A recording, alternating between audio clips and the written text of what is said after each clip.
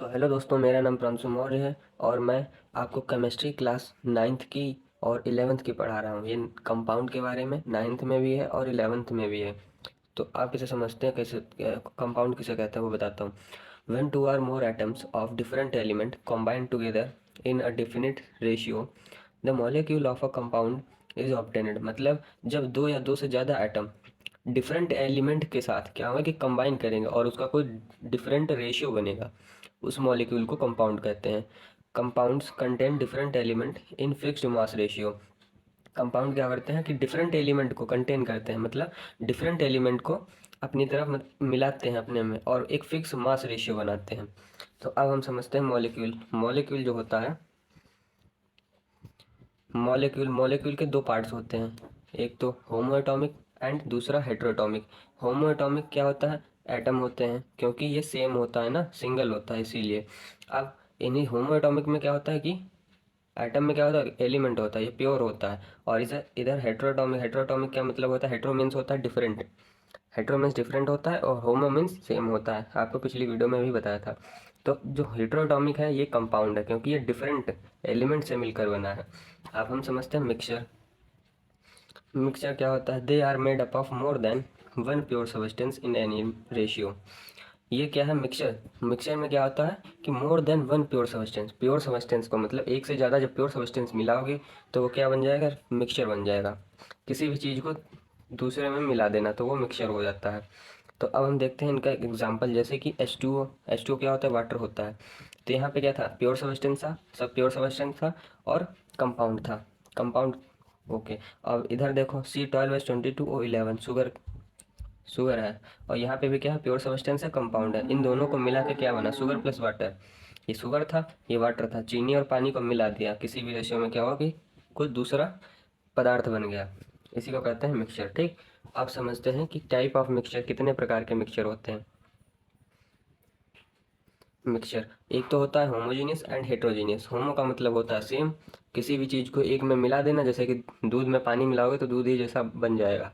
और hetero, hetero का मतलब होता है डिफरेंट, जैसे कि पानी में मिट्टी मिट्टी मिलाओगे वो क्या रहेगा, अलग अलग ही रहेगा। तो हम समझते हैं that mixture which has uniform composition through out. इसमें क्या होता है, यूनिफॉर्म कंपोजिशन होता है। और इसमें that mixture which has non uniform composition, इसमें कोई भी नॉन मतलब नॉन यूनिफॉर्म कंपोजिशन होता है, इसमें कुछ भी मिलाओगे वो अलग ही रहेगा, डिफरेंट ही रहेगा। जैसे कि पानी में तेल मिला दोगे वो तेल अलग ही मालूम पड़ेगा। All constituent particles mix and form a single phase. जैसे कि मैंने अभी दूध का एग्जांपल दिया, इसमें पानी डालोगे क्या होगा, सिंगल फेज, मतलब एक ही फेज में बन जाएगा, एक ही में घुल मिल जाएगा। और इसमें क्या होगा, जितने भी पार्टिकल्स होते हैं वो अलग अलग ही रहते हैं, एक से ज़्यादा फेज बना देते हैं। जैसे कि पानी में मिट्टी जब डालोगे तो वहाँ पे मिट्टी अलग दिखेगी, पानी अलग दिखेगा। ठीक है, जैसे कि एग्जांपल यहाँ पे और भी दिए हैं, कोल्ड ड्रिंक, इसमें क्या शुगर प्लस वाटर होता है। जैसे चाय बनाओगे, चाय में जो भी चीज़ डालोगे, चाय में जो कुछ भी डालोगे वो क्या रहेगा, सब सेम हो जाएगा, एक ही में मिल जाएगा। और इधर क्या, वाटर प्लस सैंड, मिट्टी और पानी अलग अलग रहेगा, वाटर में ऑयल मिला दो ये अलग अलग रहेगा। अब हम समझते हैं डिफरेंस बिटवीन होमोएटॉमिक एंड हेट्रोएटॉमिक है, होमोजीनियस एंड हेट्रोजीनियस मिक्सचर के बारे में। तो यहाँ पे क्या होता है, इट हैज़ यूनिफॉर्म कंपोजिशन। इसमें क्या होता है, शॉर्ट में लिखा है यहाँ पे यूनिफॉर्म कंपोजिशन होता है, इसमें नॉन यूनिफॉर्म कंपोजिशन होता है। दूसरा क्या है, it has only one phase, ये एक ही फेज बना देगा, इसमें दो या दो से ज़्यादा फेज बन जाएंगे, दो या दो से ज़्यादा पदार्थ बन जाएंगे। होमो मीन्स होता है सेम और हेट्रो मीन्स होता है डिफरेंट। तो इतना आपको समझ में आया होगा। अब हम पढ़ते हैं कि प्रॉपर्टीज़ क्या होती हैं, प्रॉपर्टी ऑफ मैटर, मैटर की प्रॉपर्टीज़ क्या होती हैं। तो यहाँ पे मैटर की दो प्रॉपर्टी, एक तो physical property, chemical property. Physical property में क्या होता है कि these particles which can be observe without any change in matter only observe. Physical property जो होती है वो आप देख कर ही बता सकते हो। जैसे कि मैंने बताया कि ये जो किस कलर से लिखा है, तो आपने देख कर बता दिया कि ब्लैक कलर से लिखा हुआ है यहाँ पे। तो ये क्या होगा, इसकी प्रॉपर्टी होगी। पेन की प्रॉपर्टी, ये नीला पेन है तो ये इसकी ऊपर से दिख रहा है नीला पेन है, तो ये इसकी क्या होगी, प्रॉपर्टी हो गई। ठीक। तो और यहाँ पे केमिकल प्रॉपर्टी में क्या होता है, these properties of matter which can be know after it's reaction और चेंज इन मैटर। इसमें क्या होगा, रिएक्शंस होंगी, किसी भी पदार्थ में जो दूसरा पदार्थ मिलाओगे तो उसमें क्या होगा, रिएक्शन होंगी। फिर बाद में जो रिएक्शन निकलेगा, मतलब दूसरा जो पदार्थ बनेगा, तब उसमें पता चलेगा कि ये मतलब क्या है। ठीक। जैसे कि चाय में सब चीज़ डाल दिया, चाय में क्या, पानी में तुमने चीनी डाली, अदरक डाली, चाय पत्ती डाली, जो कुछ भी पड़ता है वो सब डाल दिया, फिर बाद में आपको बाद में देख के पता चला हाँ चाय बन गई अब, ठीक। ऐसे क्या होता है फिजिकल प्रॉपर्टी में, कलर थिंग, कि कोई भी चीज़ रख लो, कलर रख लो, कुछ भी रख लो, वो ऊपर से देख कर ही बता दोगे ये क्या चीज़ है, क्या क्या इसकी प्रॉपर्टी है। अब इसमें एसिडिटी होती है, बेसिसिटी होती है, यही सब होता है। अब हम आगे पढ़ने वाले हैं यूनिट कन्वर्जन। यूनिट कन्वर्जन कैसे किया जाता है वो अब देखेंगे। मेनली दो यहाँ पे यूनिट लिखा है, शॉर्ट नेम है सीजीएस। दो यूनिट्स होते हैं, सीजीएस यूनिट और एमकेएस यूनिट। सीजीएस का मतलब क्या होता है, सी से होता है सेंटीमीटर, जी से होता है ग्राम, और एस से होता है सेकंड।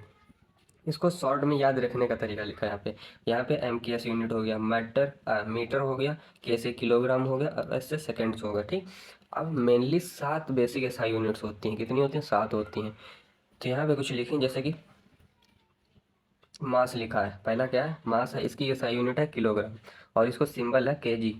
क्या है, मास को एसआई, मास का एसआई यूनिट किलोग्राम होता है, और इसको रिप्रेजेंट किया जाता है केजी से। लेंथ को मीटर से, लेंथ का एसआई यूनिट मीटर होता है, और इसको एम से डिनोट किया जाता है। टाइम को सेकंड से एसआई यूनिट किया जाता है, और सिंबल इसका एस होता है। टेम्परेचर, इसका एसआई यूनिट केल्विन होता है, और सिंबल क्या है, के है। ये अच्छे से याद कर लेना, ये पेपर में बहुत काम आएंगे एमसीक्यू बेस्ड क्वेश्चन में।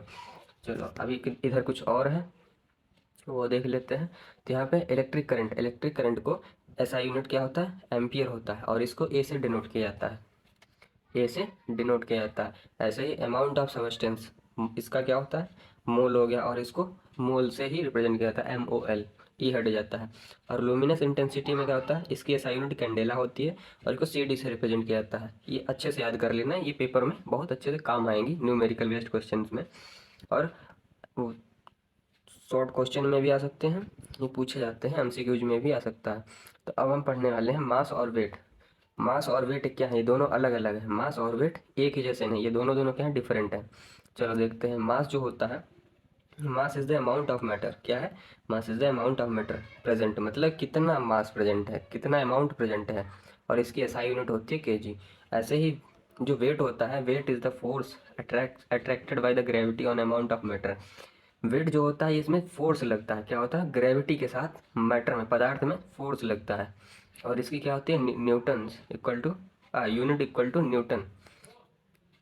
अब यहाँ पे क्या है, weight equal to mass into acceleration. Weight निकालने का फार्मूला लिखा है, W इक्वल टू mg। जब भी वेट निकालना हो तो ये फार्मूला आसानी से काम कर सकता है, weight equal to mass into acceleration से। तो अब हम समझते हैं यूनिट कन्वर्जन क्या होता है। ये बहुत ही काम आने वाला है, सभी जगह बहुत अच्छे से काम आने वाला है। जैसे कि यूनिट कन्वर्जन हो गया, 1 लीटर में क्या होता है, 1000 ml होता है। 1 लीटर में कितना, 1000 ml हो गया। तो ऐसे ही 2 लीटर में कितना होगा, तो 2 इंटू 1000 ml कर दो, तो यहाँ पे दो मतलब 2000 हो जाएगा। ऐसे ही यहाँ पे 5 लीटर है, तो 5 इंटू 1000 ml यहाँ पे लिख सकते हो। ऐसे ही अगर ml को लीटर में कन्वर्ट करना है, तो यहाँ पे जैसे 1 ml में कितना होता है, 1/1000 होता है, लीटर हो गया, इक्वल टू 10⁻³ लीटर लिख सकते हो इसको। ऐसे ही यहाँ पे है 2 ml दिया है, तो यहाँ पे क्या हुआ, 2/1000 हो गया लीटर। इसको 2 इंटू 10⁻³ लीटर से रिप्रेजेंट करा जाता है। ऐसे ही 5 ml हो गया, 5/1000 लीटर हो गया, 5 इंटू 10⁻³ लीटर हो गया। ऐसे ही टाइम में क्या होता है, घंटों में, टाइम जो होता है उसमें कैसे यूनिट कन्वर्जन होता है। यहाँ पे जैसे कि 1 आवर है, मतलब 1 घंटा, 1 घंटे में 60 मिनट होते हैं। 5 घंटे में तो 5 इंटू 60 कर दिया। अब 10 घंटे में कितने मिनट होंगे, तो 10 इंटू 60 मिनट कर दिया। अब यही मिनट को अगर घंटे में बदलना है, तो 1 मिनट, 1 मिनट में कितना हो गया, तो 1/60 लिख सकते हैं, 1/60 आवर, ठीक। 5 मिनट में 5/60 आवर। ऐसे ही 10, यहाँ पे 10 है, 16 नहीं है। 10 मिनट में क्या होगा, यहाँ पे मिनट है, मीटर मत बोलना, ओके। तो 10 मिनट में कितना होगा, तो 10/60 आवर हो गया, ओके। तो अब हम आगे देखते हैं यूनिट कन्वर्जन और भी है अभी। ये इलेक्ट्रॉन, 1 इलेक्ट्रॉन वोल्ट में कितना होगा, 1 इलेक्ट्रॉन वोल्ट में कितना जूल प्रेजेंट होगा। तो 1 इलेक्ट्रॉन वोल्ट में 1.6 इंटू 10⁻⁹ जूल प्रेजेंट होता है। क्या होता है, 1.6 इंटू 10⁻⁹ जूल। अब ऐसे 2 इलेक्ट्रॉन वोल्ट में क्या हुआ, 2 इंटू 1.6 इंटू 10⁻⁹ जूल हो गया। ऐसे 8 इलेक्ट्रॉन वोल्ट में 8 इंटू 1.6 इंटू 10⁻⁹ जूल हो गया। अगर जूल से इलेक्ट्रॉन वोल्ट में कन्वर्ट करना है, जूल से इलेक्ट्रॉन वोल्ट में कन्वर्ट करना है तो उसको भाग कर दो, डिवाइड कर दो। इलेक्ट्रॉन से अगर जूल में करना है तो डिवाइड कर दो उससे, अगर जूल से इलेक्ट्रॉन में जाना है तो उसको मतलब अगर इलेक्ट्रॉन से जूल में जाना है तो वहाँ पे क्या होगा, मल्टीप्लाई होगा। ओके, और अगर जूल से इलेक्ट्रॉन वोल्ट में आना है तो यहाँ पे डिवाइड हो जाएगा। जैसे कि 1 जूल है तो 1/1.6 इंटू 10⁻19 इलेक्ट्रॉन वोल्ट है। ऐसे ही 3.2 जूल कर दिया तो 3.2 हो गया, अपॉन में 1.6 इंटू 10⁻19 इलेक्ट्रॉन वोल्ट हो गए। तो यहाँ पे पॉइंट से क्या होगा, पॉइंट चला गया।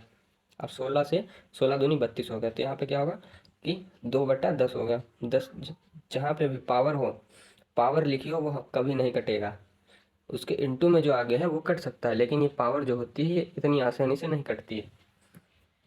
तो यहाँ पे क्या था, माइनस का था, यहाँ पे -19 पावर है। ऊपर जाने के बाद क्या हुआ कि प्लस की हो गई, 2 इंटू 10⁻+19 इलेक्ट्रॉन वोल्ट हो गया। ठीक, ऐसे ही सेंटीमीटर में होता है। सेंटीमीटर में क्या है, तो 1 सेंटीमीटर में क्या होता, कितना होता है, 10⁻−2 मीटर होता है, 10⁻−2 मीटर।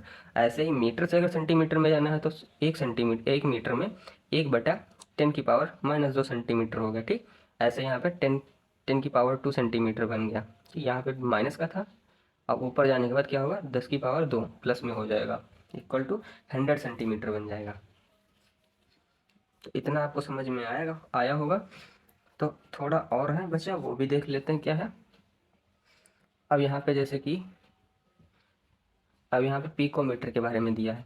एक पिकोमीटर में कितना मीटर होता है, एक पिकोमीटर में 10⁻12 मीटर होता है, 10⁻12 मीटर होता है। तो ऐसे ही 1 मीटर में कितना होगा, 1/10⁻−12 हो जाएगा। यहाँ पे कितना होगा, -12 हो जाएगा। तो इक्वल टू क्या होगा, अगर जब नीचे है, अब इसको ऊपर ले जाना तो ऊपर क्या होगा, पावर प्लस में हो जाएगी। ओके, ऐसे ही 1 मिलीग्राम में क्या होता है, 10⁻³ ग्राम होता है। अब ग्राम से मिलीग्राम में जाना है तो यहाँ पे डिवाइड कर दिया। ठीक, तो यहाँ पे 10⁻3 आ गया। ऐसे ही एक डेसीमीटर में, डेसीमीटर क्यूब क्या होता है, अब 1 डेसीमीटर क्यूब में 10⁻³ सेंटीमीटर क्यूब होता है। तो अगर ऐसे ही सेंटीमीटर से डेसीमीटर में जाना है तो यहाँ पे डिवाइड कर दो, यहाँ पे डिवाइड हो गया। अब ऐसे डेंसिटी क्या होती है, density equal to mass upon volume. क्या होता है, मास अपॉन वॉल्यूम। डेंसिटी क्या है, मास अपॉन वॉल्यूम होगा। इसका शॉर्ट नेम क्या हो जाएगा, D इक्वल टू m/v। ठीक, ये इसका शॉर्ट नेम होगा, याद रखने का। अब इसकी एसआई यूनिट क्या होती है, kg/मीटर क्यूब होता है। क्या होता है, kg/मीटर क्यूब। अब सीजीएस यूनिट इसकी क्या है, मैंने पिछले पेज पे बताया था। सेंटीमीटर हो गया, ग्राम हो गया, सेकंड हो गया। सीजीएस क्या होता है, सीजीएस का फॉर्मूला क्या होगा, सेंटीमीटर ग्राम सेकंड यूनिट हो गया। तो यहाँ पे क्या होगा, ग्राम सेंटीमीटर क्यूब हो जाएगा। ठीक, ओके। तो आपको ये वीडियो अच्छे से समझ में आया होगा। अब हम अगली बार में मिलते हैं, फिर बताते हैं टेम्परेचर क्या होता है, टेम्परेचर स्केल क्या होता है, सब इसके बारे में बताएंगे। तब तक बने रहिए हमारे साथ। धन्यवाद। जय हिंद।